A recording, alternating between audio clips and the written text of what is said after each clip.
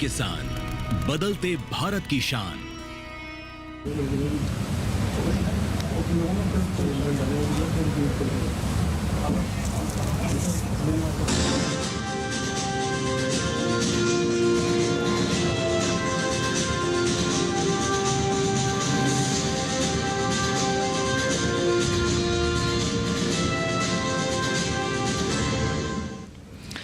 नमस्कार, किसान समाचार में आप सभी दर्शकों का स्वागत है। मैं हूं साइमा खान। सबसे पहले नजर हेडलाइंस पर।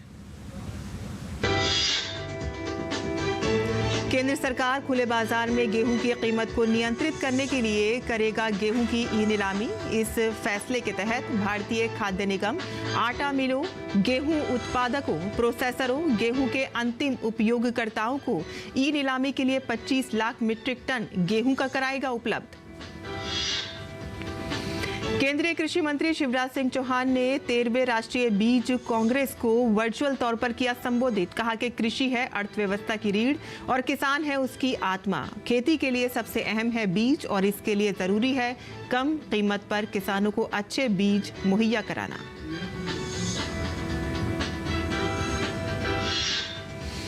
केंद्र सरकार एथेनॉल मिश्रित पेट्रोल कार्यक्रम के तहत पेट्रोल एथेनॉल मिश्रण को दे रही है प्रोत्साहन। पेट्रोल में एथेनॉल के 20% मिश्रण के लक्ष्य के लिए एथेनॉल आपूर्ति वर्ष 2025-26 से बढ़ाकर किया गया 2030।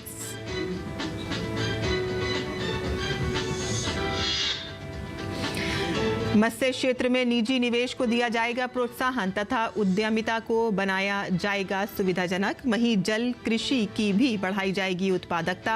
राष्ट्रीय औसत 3 टन से बढ़ाकर इसे किया जाएगा 5 टन प्रति हेक्टेयर।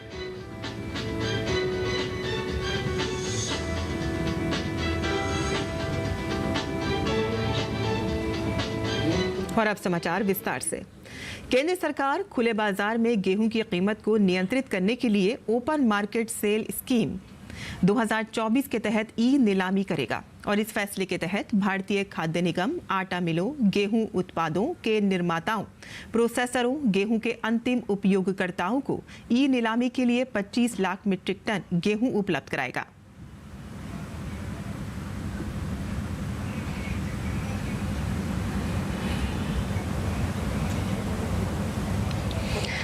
और केंद्रीय कृषि मंत्री शिवराज सिंह चौहान ने वाराणसी में 13वें राष्ट्रीय बीज कांग्रेस के वर्चुअल संबोधित करते हुए कहा कि कृषि हमारी अर्थव्यवस्था की रीढ़ है और किसान उसकी आत्मा है। उन्होंने कहा कि खेती के लिए अगर कोई अहम चीज होती है तो वह है बीज और अच्छे बीज से ही उत्पादन अधिक होता है और इसके लिए जरूरी है कि कम कीमत पर किसानों को अच्छा बीज मुहैया कराया जाए।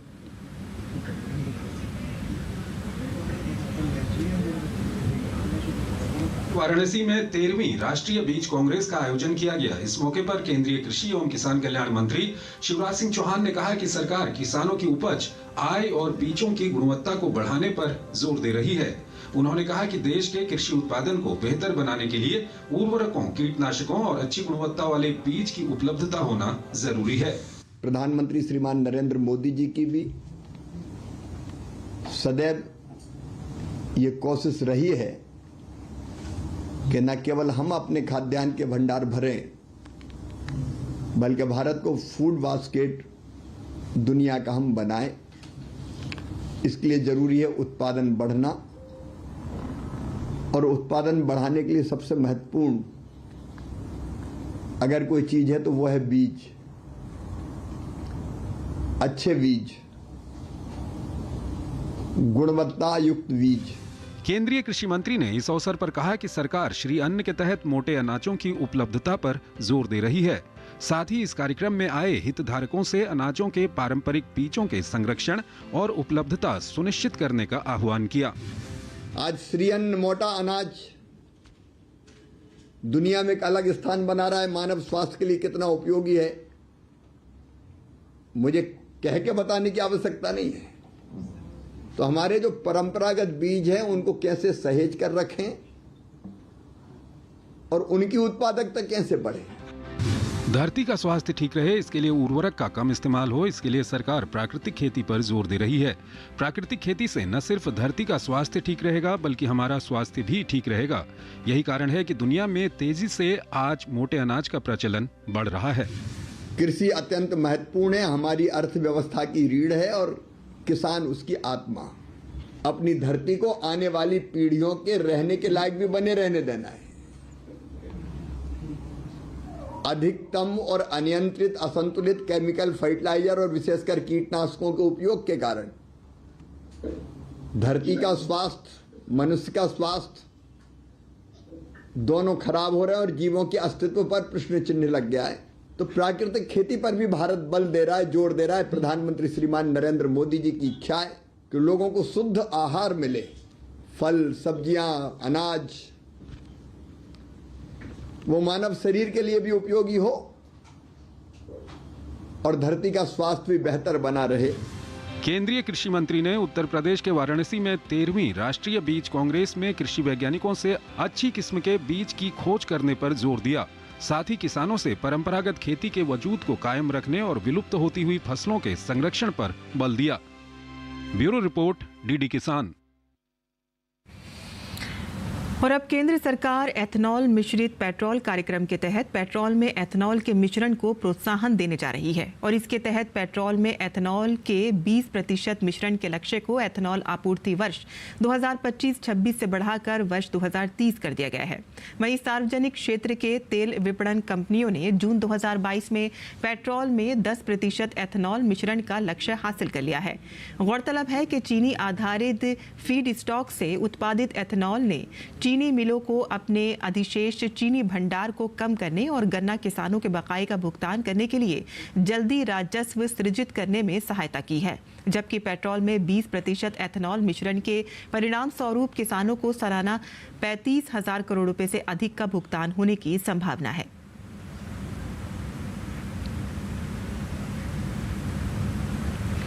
मत्स्य पालन विभाग मत्स्य पालन, पशुपालन और डेयरी मंत्रालय प्रधानमंत्री मत्स्य संपदा योजना को कार्यान्वित कर रहा है। ये 5 वर्षों की अवधि के लिए 20,050 करोड़ रुपए की कुल लागत पर होगी और इस योजना के तहत 2024-25 तक 70 लाख मीट्रिक टन अतिरिक्त मत्स्य उत्पादित होगा। तो वहीं जल कृषि उत्पादकता को राष्ट्रीय औसत 3 टन से बढ़ाकर 5 टन प्रति हेक्टेयर किया जाएगा।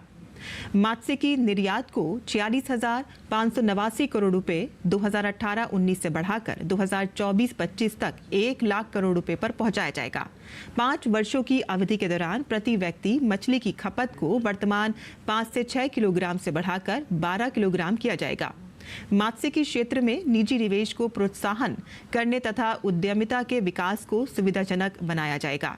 PMMSY के अंतर्गत गुजरात राज्य के लिए मुख्य रूप से रेयरिंग और ग्रो आउट पॉन्ड का निर्माण, हैचरी की स्थापना, सी वीड कल्टीवेशन, जलाशयों और समुद्रों में केजों की स्थापना, रीसर्कुलेटरी एक्वाकल्चर सिस्टम और बायोफ्लॉक कल्चर यूनिट, पारंपरिक मछुआरों के लिए डीप सी फिशिंग वेसल्स और निर्यात क्षमता के लिए विद्यमान फिशिंग वेसल्स का अपग्रेडेशन, समुद्री मछुआरों को सुरक्षा किट प्रदान करना, कोल्ड स्टोरेज और आइस प्लांट का निर्माण, नई फिश फीड मिलों और फीड प्लांट का निर्माण और पोस्ट हार्वेस्ट ट्रांसपोर्ट यूनिट और कच्छ जिलों के जखाऊ में एक स्मार्ट और इंटीग्रेटेड फिशिंग हार्बर का निर्माण शामिल है। गुजरात राज्य में परियोजनाओं स्थलों के स्थानीय मछुआरों और मत्स्य किसानों को इससे बड़ा लाभ होगा। किसी भी फसल की बुआई से पहले बीज उपचार और भूमि उपचार करना एक बेहद अहम प्रक्रिया है और किसान जैविक और रासायनिक तरीकों से भूमि उपचार करने के तरीके अपनाते हैं। जैविक उत्पाद ट्राइकोडर्मा कम खर्च में बेहतर परिणाम देता है और इसके लिए किसानों को भूमि उपचार करने के लिए ट्राइकोडर्मा का मिश्रण तैयार करते समय खास बातों का ध्यान रखना चाहिए ताकि बेहतर परिणाम लिए जा सके। कृषि विशेषज्ञों का कहना है कि भूमि जनित रोगों से फसल को बचाने के लिए जरूरी है कि किसी भी फसल की बुआई करने से पहले भूमि उपचार करना चाहिए। भूमि उपचार करने के लिए किसान ट्राइकोडर्मा का इस्तेमाल कर सकते हैं। ट्राइकोडर्मा एक जैविक फफूंदी नाशक है जिसको गोबर की सड़ी हुई खाद में मिलाकर मिट्टी में मिलाया जाए तो फसलों को भूमि जनित रोग से बचाया जा सकता है। गौरतलब है कि 1 से 2 किलोग्राम ट्राइकोडर्मा 1 एकड़ के लिए पर्याप्त होता है। किसान 50 से 60 किलो गोबर की सड़ी हुई खाद लेकर उसमें 1 से 2 किलोग्राम ट्राइकोडर्मा मिलाकर इसका छायादार स्थान पर ढक दें और अगर गोबर की सड़ी हुई खाद में पर्याप्त नमी ना हो तो किसान उस पर पानी छिड़क सकते हैं। ट्राइकोडर्मा और गोबर की खाद के मिश्रण को छायादार स्थान पर रखकर घास या पुआल से ढक दें। 7 दिनों के बाद ये मिश्रण पूरी तरह से तैयार हो जाएगा। तैयार मिश्रण को खेत में अंतिम जुताई के समय बिखेर दें। किसान इस बात का भी ध्यान रखें कि ट्राइकोडर्मा मिश्रण को सुबह या शाम के वक्त ही खेत में बिखेरें और तुरंत ही जुताई कर दें।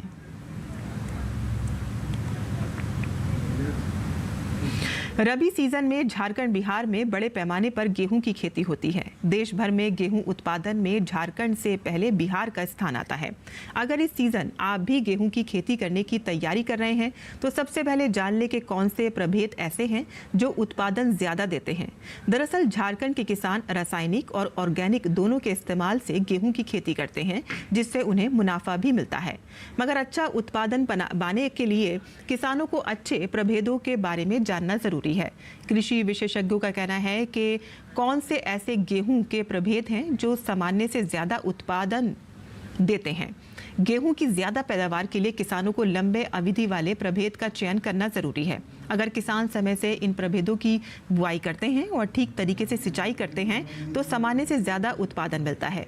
कृषि विशेषज्ञों का कहना है कि जहां बीज उत्पादन का भी कार्य होता है, ऐसे प्रभेदों पर भी काम किया जाता है जो कि किसानों के लिए फायदेमंद साबित होते हैं। इस इलाके में सिंचाई का बड़ा अभाव देखने को मिलता है, जिस कारण किसान अच्छा उत्पादन नहीं कर पाते। मगर प्रभेद की जहां तक की बात की जाए तो वहां DBW 187, DBW 39, बिरसा गेहूं 3, K 1006, K 9107, HD 3226, WH 1270 ऐसे प्रभेद हैं जो सामान्य से 10 से 15% अधिक उत्पादन देते हैं। ज़्यादा उत्पादन देने वाले प्रभेद लंबे अवधि के होते हैं। अगर किसानों को अच्छा उत्पादन चाहिए तो इन प्रभेदों का चयन कर सकते हैं, जो कि 130 से 140 दिन में तैयार होते हैं, जिससे किसानों को लगभग 25 से 30 क्विंटल प्रति एकड़ तक उत्पादन मिलता है। और इसे किसान अक्टूबर से नवंबर महीने के बीच लगाते हैं तो समय से फसल तैयार होती है। अगर धान वाले खेत में कटाई करने में विलंब हो रहा है तो किसान जीरो टिलेट मशीन का इस्तेमाल कर सकते हैं और इससे किसानों का रुपाई करने का समय बचता है। किसानों को खेती के लिए खेत तैयार करने की भी ज़रूरत नहीं पड़ती है और बीज दर भी कम लगता है। समय से ज़्यादा उत्पादन पाने वाले गेहूं के लिए किसानों के कम से कम 5 सिंचाई करना बेहद ज़रूरी है और इसके लिए पहली सिंचाई किसानों को उचित नमी वाले खेतों में 25 दिन के अंदर करनी चाहिए और इसके बाद किसानों को पौधे की अवस्था देखकर सिंचाई करनी चाहिए। देश के किसानों की आमदनी बढ़ाने के लिए सरकार उद्यानिकी फसलों की खेती को बढ़ावा दे रही है और इसी कड़ी में मध्य प्रदेश के उद्यानिकी एवं खाद्य प्रसंस्करण मंत्री नारायण सिंह कुशवाहा ने मंत्रालय में विभागीय योजनाओं की समीक्षा बैठक की। बैठक में उन्होंने प्रदेश में उद्यानिकी विभाग द्वारा विकसित की जा रही हाईटेक नर्सरियों को सेल्फ सेंटेबल मॉडल पर विकसित किए जाने के निर्देश दिए। उन्होंने कहा कि प्रदेश में किसानों को उन्नत बीज के स्थान पर उन्नत किस्म के पौधे उपलब्ध कराए जाने चाहिए। सकल घरेलू उत्पाद में प्रदेश की उद्यानिकी फसलों की भागीदारी 11.37% है और इसको बढ़ाकर 15% करने का लक्ष्य निर्धारित करना चाहिए और इसके लिए किसानों को उद्यानिकी फसलों के लिए प्रेरित किया जाएगा। उन्होंने निर्देश दिए हैं कि MP एग्रो से गेंदे के साथ साथ अन्य पुष्प, कच्ची, गुलदावदी और गिलाडिया एस्ट की भी दरें निर्धारित की जाएं। मंत्री कुशवाहा ग्वालियर जिले के खुरेरी ग्राम में विकसित की जा रही हाईटेक फ्लोरिकल्चर नर्सरी का कार्य शीघ्र प्रारंभ किया जाए। उन्होंने ग्वालियर व्यापार मेले में खाद्य प्रसंस्करण पर आधारित प्रदर्शनी लगाने के निर्देश भी दिए। मंत्री कुशवाहा ने उद्यानिकी फसल उत्पादन के अनुसार जिले में खाद्य प्रसंस्करण यूनिट स्थापना का मॉडल विकसित करने के निर्देश भी दिए।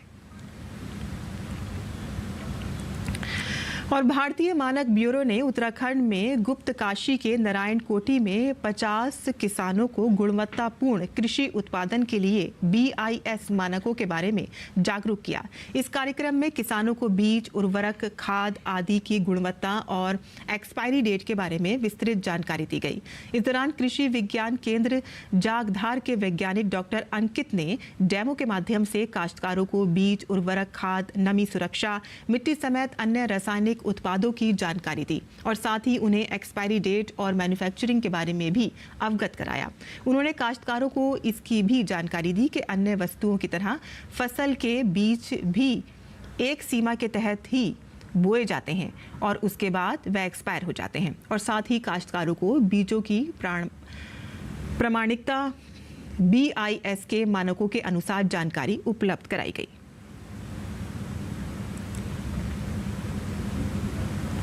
केंद्र सरकार ने रबी फसल के दौरान किसानों को आवश्यक उर्वरक उपलब्ध कराने के लिए प्रभावी कदम उठाए हैं। रसायन और उर्वरक मंत्रालय के अनुसार इस वर्ष अक्टूबर-नवंबर में 17 लाख टन से अधिक डाई अमोनियम फॉस्फेट उर्वरक आयात कर राज्यों को वितरित किया गया, जबकि घरेलू उत्पादन से 6.5 लाख टन की आपूर्ति की गई।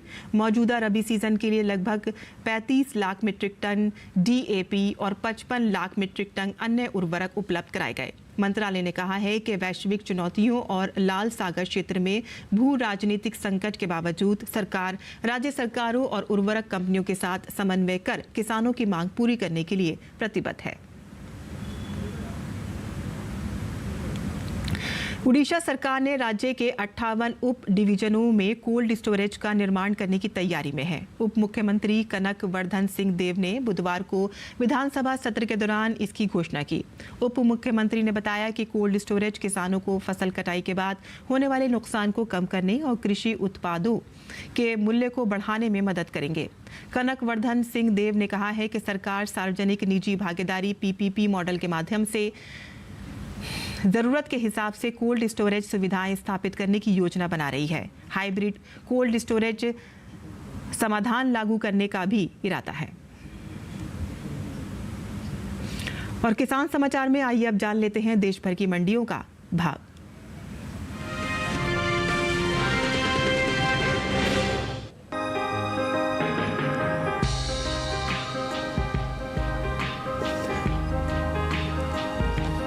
कृषि और किसान कल्याण मंत्रालय की ओर से साल 2023-24 के लिए अंतिम अग्रिम अनुमान जारी किया गया है, जिसके मुताबिक साल 2023-24 के दौरान कुल बाजरे की पैदावार 107,16,000 टन होने का अनुमान जताया गया है, जबकि बीते साल इस दौरान कुल बाजरे की पैदावार 114,31,000 टन रही थी।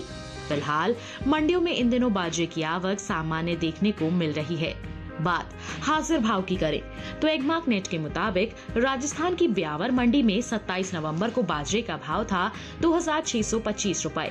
28 नवंबर को इसके सौदों में 525 रुपए का उछाल आया और भाव हो गया 3,150 रुपए। जबकि राजस्थान की कोटा मंडी में इस दौरान बाजरे के सौदों में गिरावट के साथ कारोबार हुआ। यहाँ 27 नवंबर को बाजरे का भाव था 2,700 रुपए। 28 नवंबर को इसके सौदे 199 रुपए लुढ़ककर 2,501 रुपए पर हुए। गुजरात की जंबूसर मंडी में 27 नवंबर को बाजरे का भाव रहा 2,200 रुपए।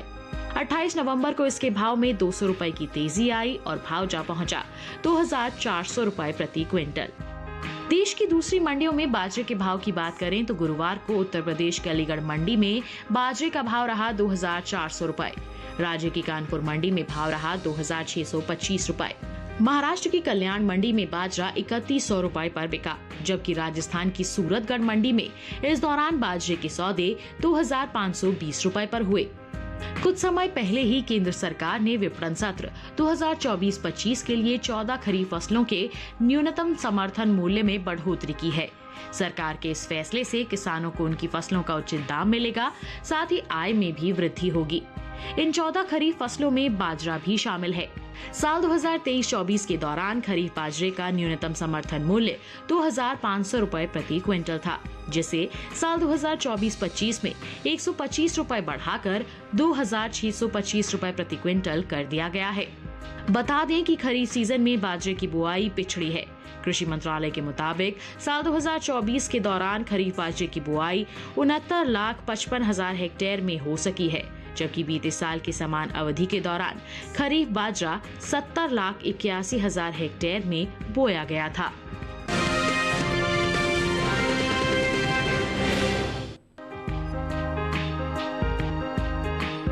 कृषि उपज मंडियों में लहसुन की आवक सामान्य बनी हुई है। गुरुवार को ज्यादातर मंडियों में लहसुन का कारोबार सुस्ती के साथ हुआ, जबकि कुछ मंडियों में इस दौरान लहसुन के भाव में स्थिरता नजर आई। एगमार्क नेट के मुताबिक राजस्थान की कोटा मंडी में लहसुन के कारोबार में नरमी का रुख देखने को मिला। यहाँ 27 नवंबर को लहसुन का भाव था 27,000 रुपए। 28 नवंबर को लहसुन का भाव 2,000 रुपए लुढ़क कर भाव 25,000 रुपए रह गया। गुजरात की दाहोद मंडी में भी लहसुन के सौदे सुस्ती के साथ हुए। यहाँ 28 नवंबर को लहसुन का भाव 1,000 रुपए गिरकर 30,000 रुपए से 29,000 रुपए रह गया। उत्तर प्रदेश की सुल्तानपुर मंडी में गिरावट का सिलसिला जारी रहा। 27 नवंबर को लहसुन का भाव रहा 17,680 रुपए। 28 नवंबर को इसमें 10 रुपए की मामूली कमजोरी आई और भाव 17,670 रुपए प्रति क्विंटल पर आ गया। वहीं महाराष्ट्र की पुणे मंडी में इस दौरान लहसुन के भाव स्थिर रहे। यहाँ दोनों दिन यानी 27 और 28 नवंबर को लहसुन का भाव 29,500 रुपए पर बरकरार रहा। लहसुन की पैदावार की बात करें तो मध्य प्रदेश सबसे बड़ा लहसुन की पैदावार करने वाला राज्य है। मध्य प्रदेश तकरीबन 65% लहसुन की पैदावार करता है। इसके अलावा राजस्थान, उत्तर प्रदेश और गुजरात भी ऐसे राज्य हैं जहां लहसुन की खेती बड़े पैमाने पर की जाती है और यहां पैदावार भी अच्छी होती है। इस साल लहसुन की पैदावार को देखें तो भारतीय मसाला बोर्ड की ओर से हाल ही में जारी ताजा आंकड़ों के मुताबिक साल 2023-24 के दौरान लहसुन की कुल पैदावार 32,13,930 टन रही है, जबकि बीते साल इस दौरान लहसुन की उपज 32,39,453 टन रही थी।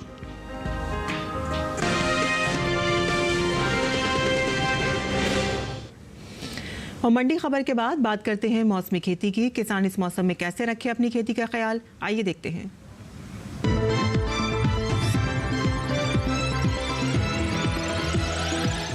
नमस्कार, आप देख रहे हैं डीडी किसान। मैं हूं AI कृष और आज हम अरुणाचल प्रदेश, असम, मेघालय, मणिपुर और मिजोरम में होने वाली खेती किसानी से संबंधित सलाहों के बारे में पूरी जानकारी देंगे। अरुणाचल प्रदेश में धान की तैयार फसल की कटाई पूरी करें। यहाँ के किसान कटी हुई फसलों को ओस से बचाने के लिए तिरपाल या वाटरप्रूफ कवर से ढकने का बंदोबस्त करें। नुकसान से बचने के लिए कटी हुई फसलों को सूखे या ऊंचे स्थान पर रखें ताकि मिट्टी की नमी से फसल खराब ना हो। अरुणाचल प्रदेश के किसान फूल गोभी, पत्ता गोभी और ब्रोकली की रोपाई करते रहें। असम की बात करें तो यहाँ के किसान साली धान की कटाई जारी रखें। असम के पहाड़ी क्षेत्र में राई और सरसों की बुवाई करते रहें। असम में ब्रह्मपुत्र घाटी के निचले हिस्सों में बोरो धान की नर्सरी बो सकते हैं। वहीं ब्रह्मपुत्र घाटी के ऊपरी इलाकों में तोरई की बुवाई जल्दी पूरी कर लें। मध्य ब्रह्मपुत्र घाटी इलाके में गेहूं की बुवाई का काम करें। असम की बराक घाटी क्षेत्र में आलू की रोपाई जारी रखें। वहीं असम के उत्तरी तटीय मैदानी क्षेत्र में भी आलू की रोपाई करते रहे। मेघालय में रागी और कंगनी मिलेट की तैयार फसल काटने का काम करें। मेघालय के किसान लोबिया की कटाई भी कर सकते हैं। इतना ही नहीं, यहाँ के किसान अदरक और हल्दी की खुदाई भी समय पर कर लें। मेघालय में इन दिनों फूल गोभी, पत्ता गोभी और बैंगन की रोपाई करते रहे। मिजोरम में तैयार धान और तिल की कटाई करें। मणिपुर में तैयार अदरक और हल्दी की खुदाई करें। मणिपुर के किसान गोभी और ब्रोकली की कटाई करते रहें। यहाँ इन दिनों राई, सरसों, रब्बी की मक्का और मसूर की बुवाई जारी रखें। मणिपुर में आलू की रोपाई भी कर सकते हैं। इसी तरह कृषि और किसानों से जुड़ी हर महत्वपूर्ण जानकारी के लिए हमारे साथ जुड़े रहिए और देखते रहिए डीडी किसान। धन्यवाद।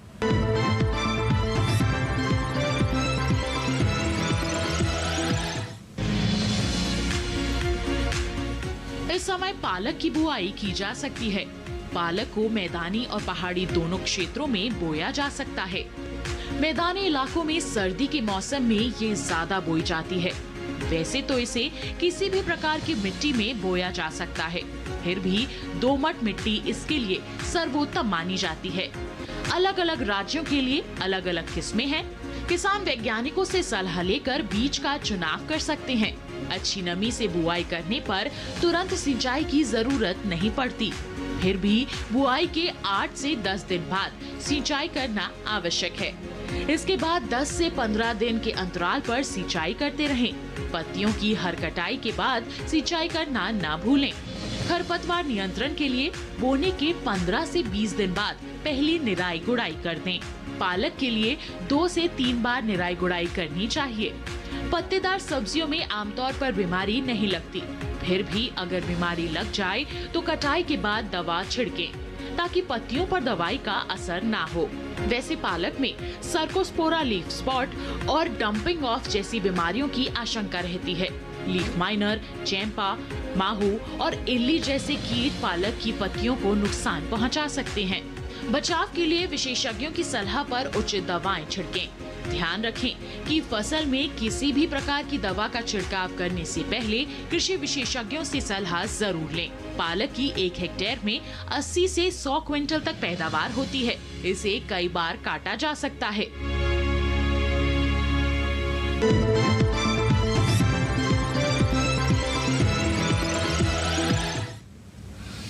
और खेती किसानी से जुड़ी खबरों के बाद आइए अब नजर डाल लेते हैं कुछ और खबरों पर। खास खबर में पीएम मोदी आज से ओडिशा के 3 दिवसीय दौरे पर हैं। प्रधानमंत्री के ओडिशा दौरे को लेकर भाजपा कार्यकर्ताओं में बेहद उत्साह है।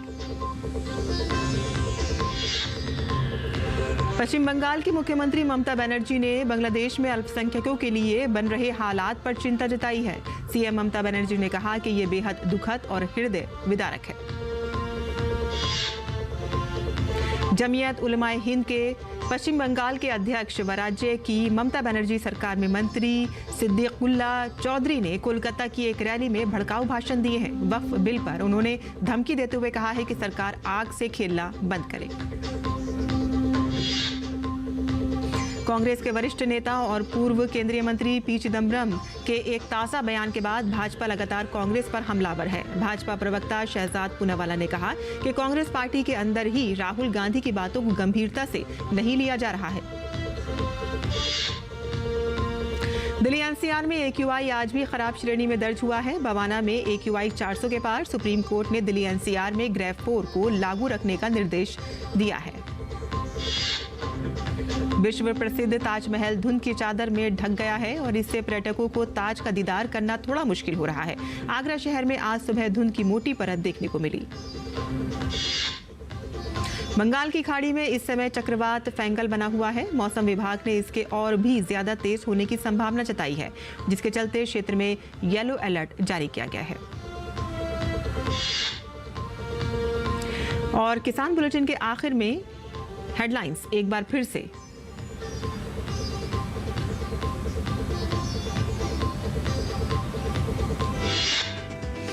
केंद्र सरकार खुले बाजार में गेहूं की कीमत को नियंत्रित करने के लिए करेगा गेहूं की ई नीलामी। इस फैसले के तहत भारतीय खाद्य निगम आटा मिलों, गेहूं उत्पादों को प्रोसेसरों, गेहूं के अंतिम उपयोगकर्ताओं को ई नीलामी के लिए 25 लाख मीट्रिक टन गेहूं कराएगा उपलब्ध। केंद्रीय कृषि मंत्री शिवराज सिंह चौहान ने 13वें राष्ट्रीय बीज कांग्रेस को वर्चुअल तौर पर किया संबोधित। कहा कि कृषि है अर्थव्यवस्था की रीढ़ और किसान है उसकी आत्मा। खेती के लिए सबसे अहम है बीज और इसके लिए जरूरी है कि कम कीमत पर किसानों को अच्छे बीज मुहैया कराना।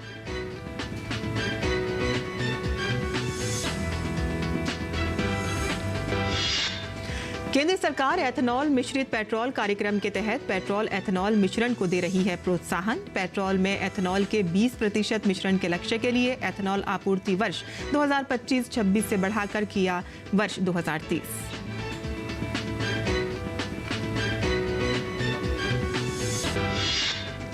मत्स्य क्षेत्र में निजी निवेश को दिया जाएगा प्रोत्साहन तथा उद्यमिता को बनाया जाएगा सुविधाजनक। वहीं जल कृषि की भी बढ़ाई जाएगी उत्पादकता। राष्ट्रीय औसत 3 टन से बढ़ाकर इसे किया जाएगा 5 टन प्रति हेक्टेयर।